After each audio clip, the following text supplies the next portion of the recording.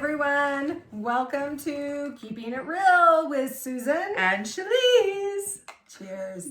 I have to sing too sometimes. Well, we can do that. Let's belt out in song. Like my kids do that, right? Right. Ready? Okay. Well, you guys do it with us. I know you're not here, but I want you on 3 to belt out in song. Okay? So ready? 1, 2, 3. Woo! You were way better than me. And Oh. I'm the performer. Well, let's do it again. Okay. You guys ready? Because you saw what we did, right? And this is what I tell my clients a lot. Like, it is actually a central nervous system massage. Oh, So, yeah. I'm telling you, keep it going as long as you can. I'm going to beat you all. So, if you have competitiveness in you, she does. I'm going to kick your ass. So, let's see. Let's see. We're going to start this out amazing. Okay, ready? 1, 2, 3. Woo!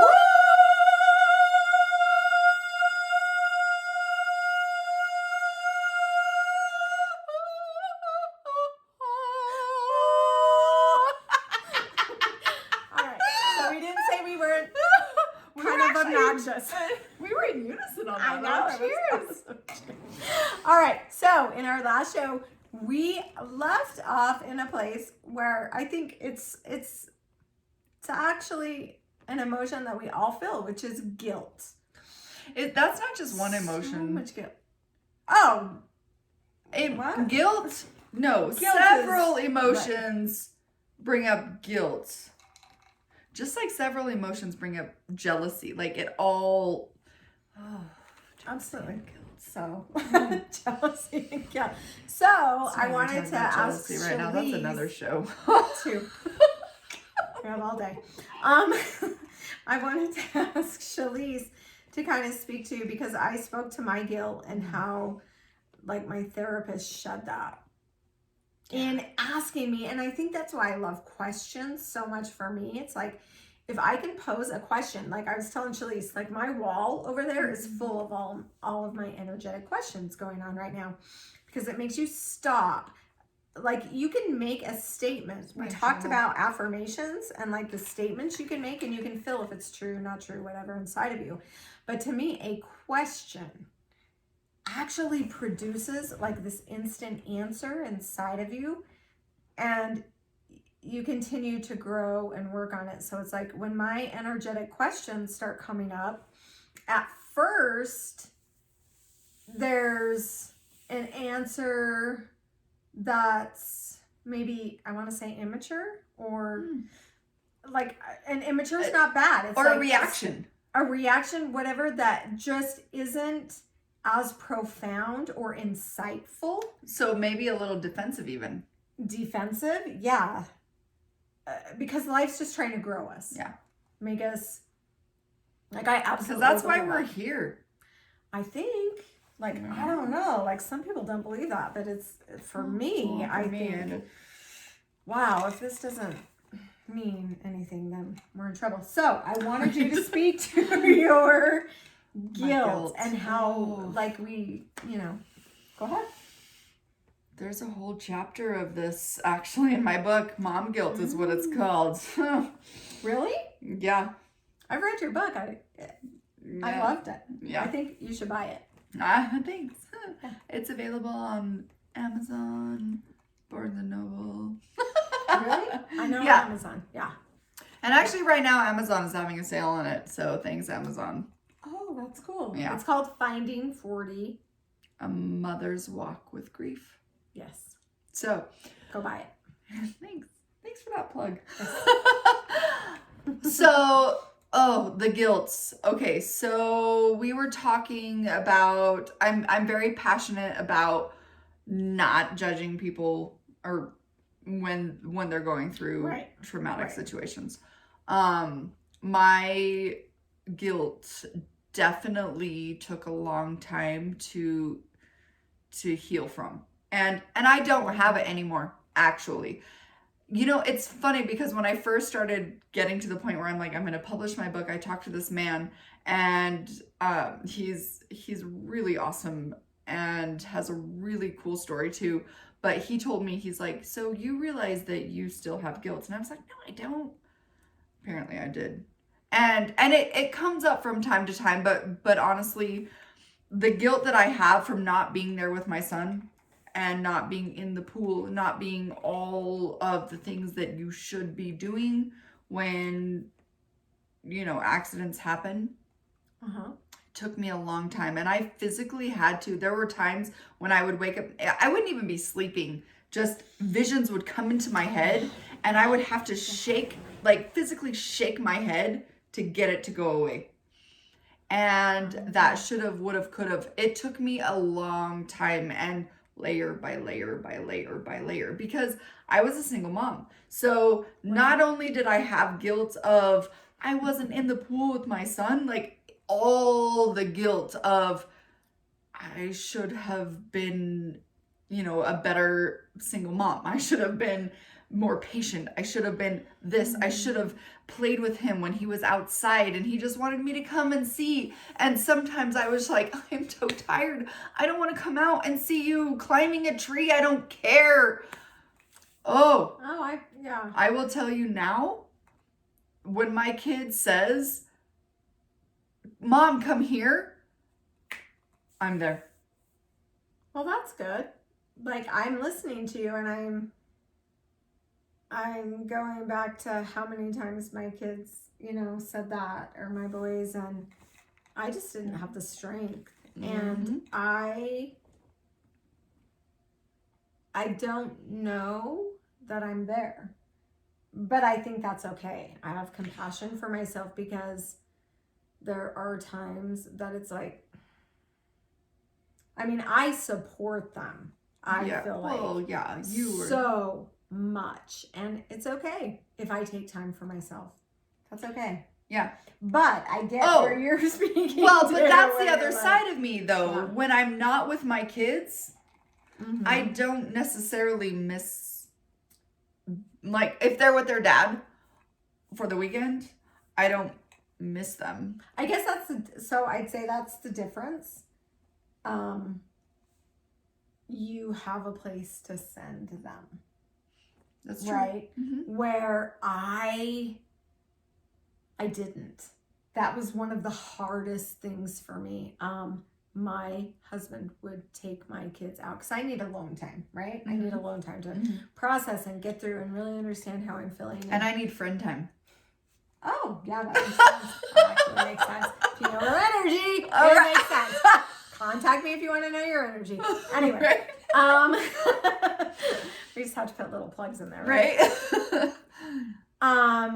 But he would take them out, and so after he passed, I did not get that time.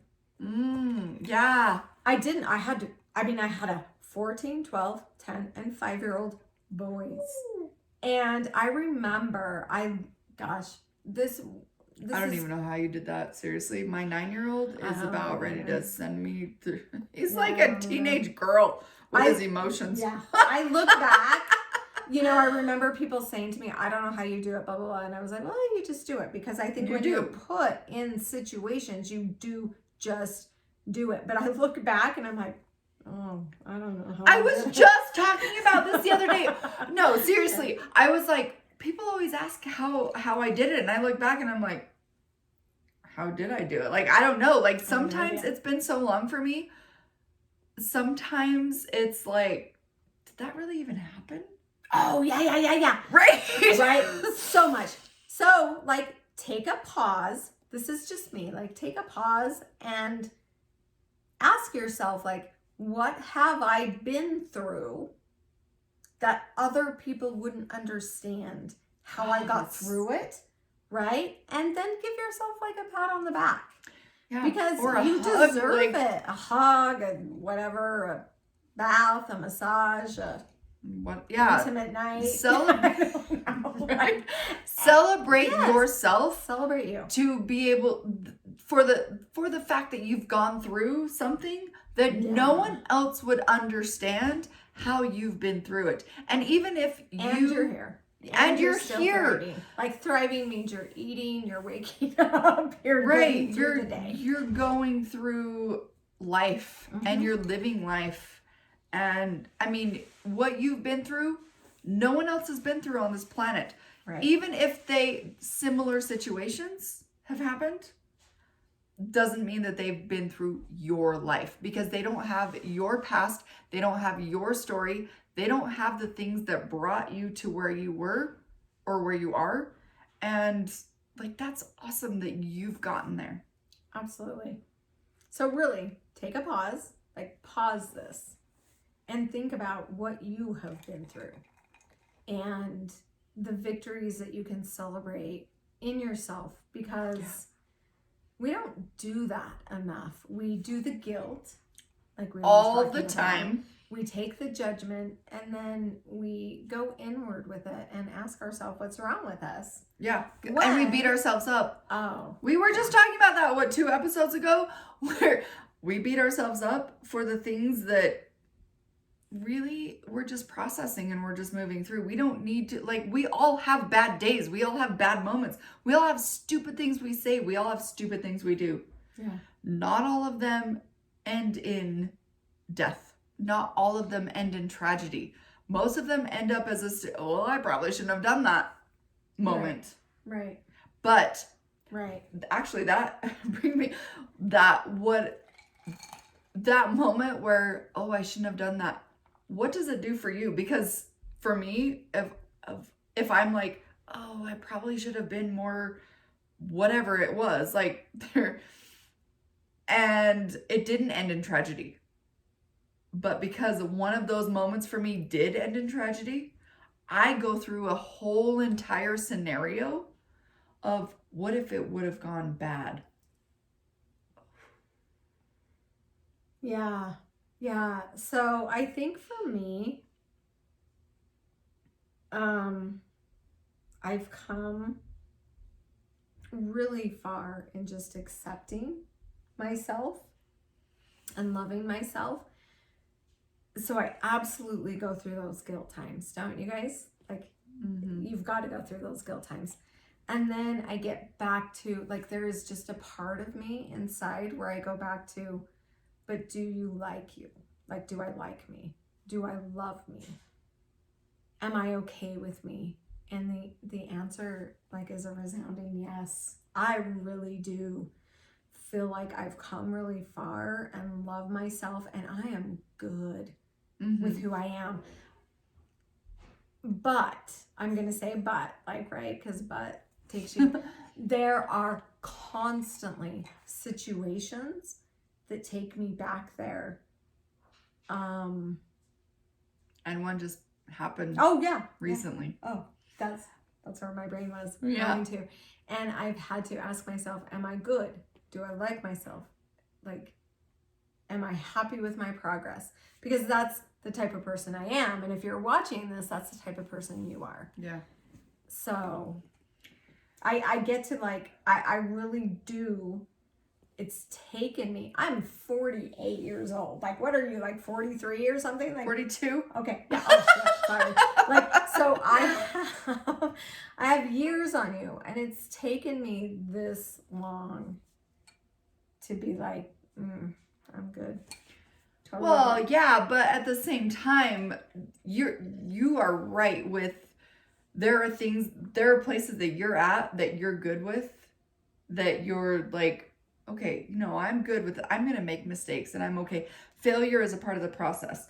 Relapse is a part of the process. Like you said, failure actually, like, I'm just going to interject. Failure actually catapults you into success. Yes. You have to fail and fail and fail, I think. And continue to fail. And one of the things I told you that in the last episode that I was working for a chiropractor, or maybe it was a couple episodes ago, working for a chiropractor. Right. And his first thing that he told me was, number one rule at this job is fail. Because when you fail, you learn. And I was like, I love my boss. It's so awesome. Yeah. And that's really cool. I have done a lot of failure. I fail all the time. all the time, constantly. Pretty much daily. And yeah, exactly. Hourly. And it takes me to that next level. Here. And I'm not saying her, I'm saying me. yeah, you fail all the time. No, I'm not saying that. I'm saying me. But when we come back from our little break, I want you to share with us the last moment that we were just talking about. Like there were some things that brought up some really deep moments for you. Yeah. That I think it's all a part of what we're talking about, the guilt, the failure, that all of those things I really believe wraps up into your story. Yeah, it really does. Yeah. So okay. When we get back. See you in a minute. Love Yay. you guys. Mwah. Hey everybody. Welcome back to Keeping It Real With Susan. and Chalese. Oh, they Hey. were singing again. That's how we started this one. We did. Do you want to do it again? Like you guys do it with us again. Okay, ready? 1, 2, 3. Woo!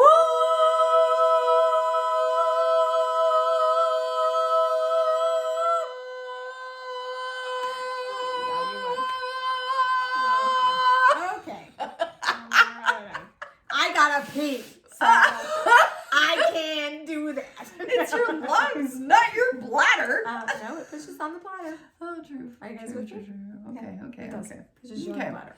Okay. So when we left off, we were talking about things that bring up guilt, failure, judgment. Well, we didn't really say judgment in the last one, but guilt and failure were the big things. Yeah. You have a story that I have been waiting to hear because we haven't really talked about it. I mean, I know the basics of it, but I want to dive deep with it. Okay. I'm assuming you're talking about this past weekend. Yeah. Yeah. Well, Okay. I mean, at this episode now, it would be a couple weekends ago. Yes, because we're on Friday, March 5th.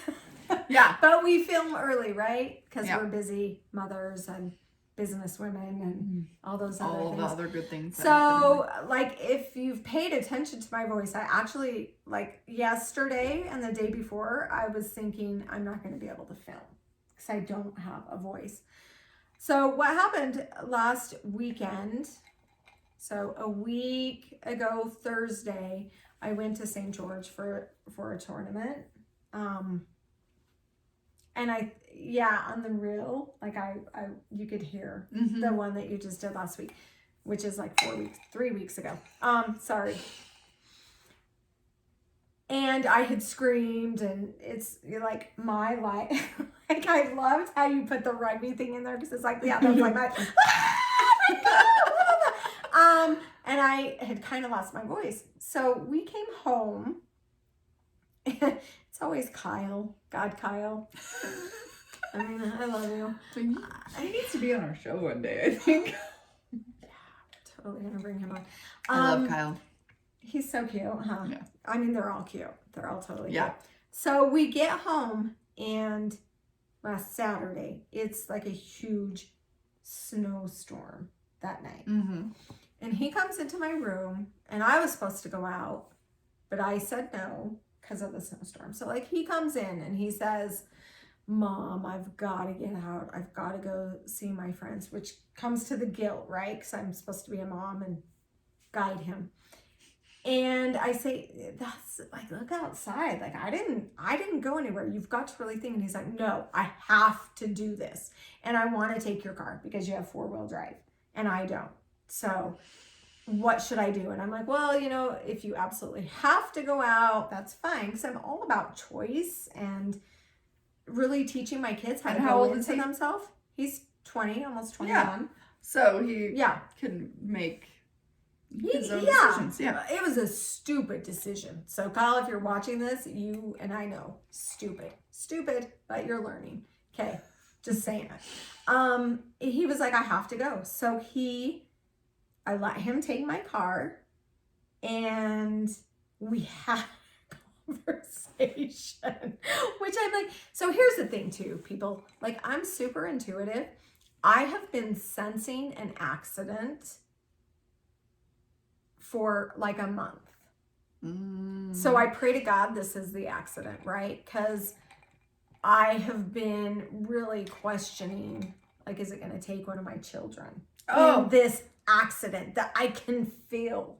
Oh. Yeah, yeah. Anyway, so he leaves, and I don't know, it wasn't 30 minutes. I get a text. I was in an accident. But then that's all I hear for hours. So what happens is I go into complete triggering. Like, now my son is dead. Yeah. And like, so the guilt of like not being a better mom and saying, no, you can't go.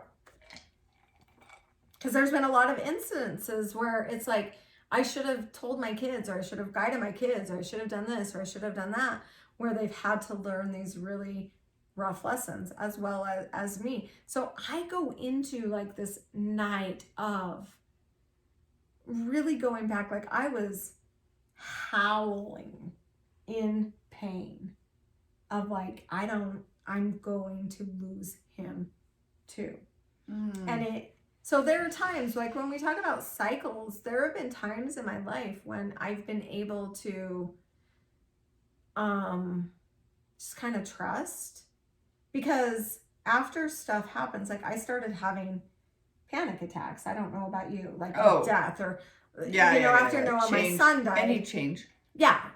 Like Rick would be late home from work. I would go into like this huge panic attack, and I learned how to work through them. Yeah. So as I'm looking at myself, that night, wondering, you're totally going into this. Not only that, I reached out, it was the middle of the night. So I reached out to a friend who I've been really, really close to, who I've opened up to and has understood, and they totally blew me off. Oh, that was another trigger that happened. So not only am I thinking like my son could be gone. That friend was not me, by the way. No, wasn't. And now I'm being abandoned again. And after Rick died, it's like amazing how many people abandoned or friends judged and just didn't show up. So I'm like feeling all of this, and I'm bawling, and my voice has been gone for like 5 days. So I'm doing a lot better. But it was amazing to me with the energies that are going on, like how it felt the same and what I would do if that happened. It was, there's a lot of things that came of it for me. So I felt like if you're wanting to, so what happened? I want to say what happened with Kyle. Like, he actually had come home and snuck in the house, but knew I was upset. Right? So I thought, and I get it. Like, I'm not upset with him at all, because sometimes I can be crazy. I'm like, he's in a hospital. I can't, and I had a couple drinks. So we've talked about alcohol already, right? And I'm like, I can't drive. It's a snowstorm. So I'm at home all night. And he had come home. And it really wasn't that bad of an accident. Yeah, I'm still waiting to see if my car is totaled, right? I'm still waiting for that insurance stuff to come in. But what it did for me was actually show me, like, I can get through a night of ghosts and past and feel my feelings, which I feel like is super important. The terror, the, like, do I even want to go on if he's gone? Can I even handle this life? And wake up the next morning and still be here and still be okay. And then the other thing, it really has made me contemplate is friends and people that were close to me when Rick died that really judged me and abandoned me. right? And how I reacted then was, because I'm a filler. I can feel people. I can feel their reactions. And I went in to try to compensate for the relationships. And was like, why, like, if you're feeling this or you're judging me, like I had someone say to me, because I started dating, I mean, that happens, right? And I had someone say to me, like, I just can't handle that you're dating. It's like, really? Like, I look back now and I'm like, really? Like, yeah. Well, blah you. Like, blah you. You have no idea. And feeling like I had to come in and compensate and kind of kiss up, like to some degree, to that person and question me, right? oh, So what's happened in this past few days is I'm looking at this person, and I did kind of go there where it's like, did I do something wrong? And it's like, no. No, I didn't. You're an asshole. And I'm sure they have stuff that for them is like justifies it. Like whatever. But for me, like, we've been good friends for years, opened up, allowed, and you're going to abandon me because of your life right now? I'm sorry. No, that's just not okay. So do you know? They actually contacted me yesterday without any reference to the accident or anything. Just kind of I don't even, and I was like, no, you're a jerk. Yeah.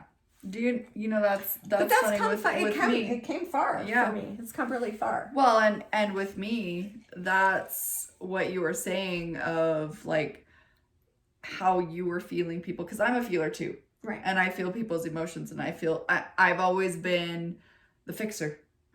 I've always been the one that was there, and be like, oh, what can I do? Let me talk. Blah, blah, blah. So when I was contacting you, I was like, I'm not even contacting you back. You're a jerk. Well, and with me, so when my son passed away, I actually really put up the walls and was like, nope. There was like 3 or 4 people that I let into my life because I knew I wouldn't be, even though we were connected, we were close, we were friends, but I knew that I didn't need to heal them. And their feeling wasn't, I wouldn't need to like, I wouldn't need to help them through the situation, and they would be helping me. And at that point was the first time in my life that I allowed myself to feel my own pain and let people be there for me rather than having to be there for them. And that to this day is a trigger for other people. That you allow yourself to feel your pain and that I wasn't there for them. And I have that too. I love them dearly. Crazy. I love them dearly, and they mean the world to me. Yep. But it took a long time to get back to that feeling of, okay, I understand you and you understand me. But it was hard. And to this day, brings up conversations that I have to stop feeling guilty for. I do. The guilt, that guilt that you were talking about, I still feel guilty because I did that for me. Yeah. I mean, I don't feel guilty for that. That's where I don't feel guilty for the death of my son. No. But I feel guilty. I have people who come at me for not taking care of them during that time. And it's like, no, sorry. I do too. So, and if you're watching this, you probably know who you are. And I want you to know that I love you and I have healed from this, but I do still feel guilt for that. And I'm working through some of those, which is probably why a lot of these arguments that I'm having with Brent are happening. Wow. Yeah. Interesting. So, we're almost done with this episode. So here I am with my question, right? Like, stop and really think how far you've come. Yeah. Because that's what I have seen this past week. Like, I'm not going, if someone can't be there for me, or a friend abandons, or you're in a situation that you got through. Like, I went through a night of complete terror. Like, I don't know. And nobody knows because they weren't there with you. They don't know what you were going through. No, Casey, actually, my youngest, came into my room because he could hear me howling, just howling, and was like, are you okay? Because it was so much pain. So what pain have you dealt with that you can sit with now and accept? Like, that's something I just accepted it that night. I didn't know. Yeah. I didn't know what was going to come from it. And I was like bouncing back and forth. Because if my son had been taken that night, I don't know that I'd be sitting here. But I was able to sit in that terror. And, you know, my husband, Rick, it was a week before we knew exactly that he was going to pass. Wow. And be done. And I remember that week and trying to keep my emotions. You know, I had to be there for 4 kids, so that was fine. But I did shut down my emotions. I didn't howl. I didn't cry. I didn't think about killing myself, literally, until after. So that was 20-minute car ride for me from. Yeah. So seemed like a lifetime. Being able to see, like, okay, something could have happened to my son. I'm thinking about taking my life. Like, let's get real. We think about that. I'm thinking about, do I want to deal with this pain any longer of this earth? And I'm sitting and I'm allowing and I'm accepting and I'm just feeling it. To me, that's progress. Where do you have progress? Yeah. You have to have progress somewhere. So again, give yourself a tap on the back, like, love yourself, hug yourself. You have progress somewhere. And you know what? I think that that's a really great place to leave off, because I think that's a really good conversation for next time, to talk about that pain and sitting in it and those moments that bring us to the next level, and choosing whether or not we're going to move forward. Yeah, which is exactly, it was like, okay, it felt so reminiscent. Like, I'm here in this moment wondering about my child and at the same time feeling abandoned. Yeah. Both. Mm-hmm. And how am I going to deal with it this time? Yeah. So where are you guys with that? Where are you reminiscent? Yeah. Where are you feeling similarities in your life? And really look at how far you've come. Yeah. Because you've come far. Yeah. Okay. All right. Okay. Love you. We'll see you next week. Mwah. Love you. All right. Bye. Bye.